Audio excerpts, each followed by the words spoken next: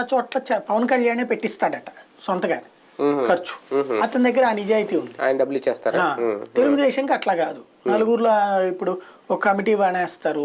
వాళ్ళలో ఇప్పుడు నువ్వు ఆ స్టేజ్ చూసుకో, నువ్వు ఆ బ్యానర్లు చూసుకో, నువ్వు భోజనాలు చూసుకో, నువ్వు మందు చూసుకో, ఈ అనుకునే పరిస్థితి ఉంటాయి వీళ్ళకి.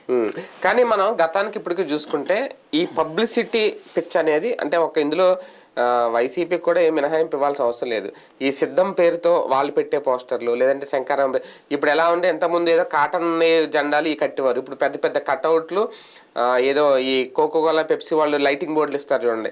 అలాంటిది ప్రతి పాన్ షాప్ దగ్గర ఒక బోర్డు సిద్ధం అని చెప్పి జగన్మోహన్ రెడ్డి గారిది, శంకర్రావు అని చెప్పి లోకేష్ గారిది, అంటే ఎవరు ఇద్దరికిద్దరు కూడా పోటీ పడుతున్నారు. నిన్న ఒక నాయకుడితో నేను మాట్లాడాను మొన్న, అదే ఏ పార్టీ అనేది పక్కన పెడితే, ఒక జిల్లాకి 17 కోట్లు ఖర్చు పెట్టాడంటారు ఓన్లీ ఈ బోర్డులకి ఈ ఫ్లెక్సీలకి ఇట్లకి 17 కోట్లు దీనికోసం ఖర్చు చేసామనేది.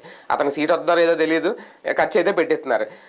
రెండు పార్టీల్లోని ఈ పరిస్థితి ఉంది. ఎందుకు ఇప్పుడు ఈ ఎన్నికల మీద అంత పిచ్చ పీక్స్కి వెళ్ళిపోతుంది పబ్లిసిటీ? ప్రతి ఎన్నికల్లోని ఇదే దరిద్రం ఉంటది. అమాయకుడు బలైపోతుంటాడు, లేదా డబ్బు ఉన్నది కదా అని చెప్పేసి రాజకీయాల్లోకి వచ్చేస్తే నా సీట్ వచ్చేస్తా అనుకునేవాడు మునిగిపోతాడు. ఫైనల్ గా వచ్చేటటువంటి లెక్కలు వేరేగా ఉంటాయి. ఇక్కడ ఈ అన్ని తగలేసుకోవడం కంటే ఆ నాయకుడు మొహాన్ని డబ్బులు పడేస్తే సీటు సాధించుకోవడం.